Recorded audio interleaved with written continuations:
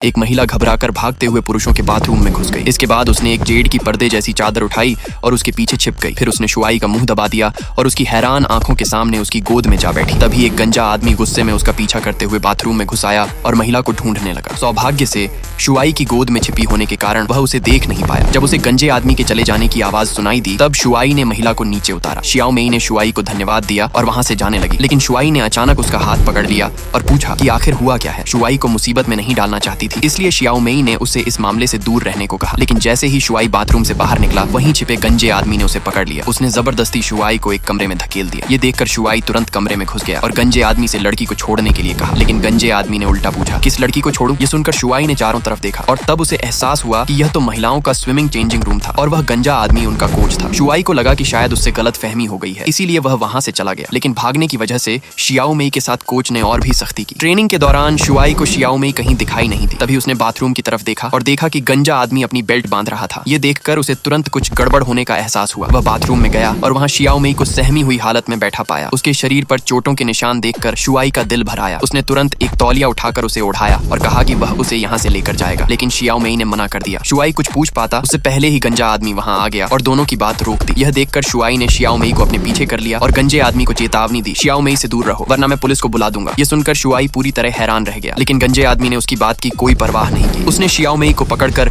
दोबारा ट्रेनिंग के लिए भेज दिया। उसके साथ होने वाले बर्ताव से डरी हुई शियाओ मेई विरोध करने की हिम्मत नहीं कर पाई और चुपचाप ट्रेनिंग करने लगी। हालांकि शियाओ मेई बाकी सभी लोगों से 10 गुना ज्यादा मेहनत कर रही थी, फिर भी गंजे को उसका प्रदर्शन कभी पर्याप्त नहीं लगता था। थककर हाँफ रही शियाओ मेई ने बस उससे थोड़ी देर आराम करने की अनुमति मांगी, लेकिन गंजे आदमी ने उसका सिर जबरदस्ती पानी में दबा दिया। गंजे आदमी ने कभी शियाओ मेई को अपनी बेटी की तरह नहीं देखा था। उसके लिए वह सिर्फ चैंपियनशिप जीतने का एक साधन थी। जब वह वहां से चला गया तो शुआई ने तुरंत शियाओ मेई को समझाया कि उसे कोई दूसरा कोच ढूंढ लेना चाहिए, लेकिन शियाओ मेई ने उसकी बात नहीं मानी और उसे वहां से जाने के लिए कहा। तभी दोनों के बीच धक्का मुक्की हुई और दोनों पानी में गिर गए। पानी के अंदर भी शुआई उसे समझाता रहा और बोला कि वह उसके साथ मिलकर ट्रेनिंग करेगा। शुआई की गंभीरता देखकर आखिरकार शियाओ मेई उसकी बातों से प्रभावित हो गई। अगले दिन उसने हिम्मत जुटाकर गंजे आदमी से कहा, अब तुम मेरे कोच नहीं हो। लेकिन गंजा आदमी जोर जोर से हंसने लगा। उसने उसका मजाक उड़ाते हुए कहा, मेरे बिना तुम कभी सफल नहीं हो सकती। तभी शुआई वहां आ गया और बोला, वह अकेली नहीं है, उसके साथ मैं हूँ। यह कहकर शुआई शियाओ मेई को अपने साथ ले गया। दरअसल शुआई ने उसके लिए एक निजी कोच की व्यवस्था कर दी थी। इसके बाद दोनों नए कोच के मार्गदर्शन में ट्रेनिंग करने लगे, क्योंकि हर मुश्किल को जीतने वाली सबसे बड़ी ताकत प्यार होती है। जब दो लोग एक दूसरे का साथ देते हैं तो वे किसी भी बाधा को पार कर सकते हैं। सेकंड पार्ट के लिए लाइक, सब्सक्राइब और फॉलो करो।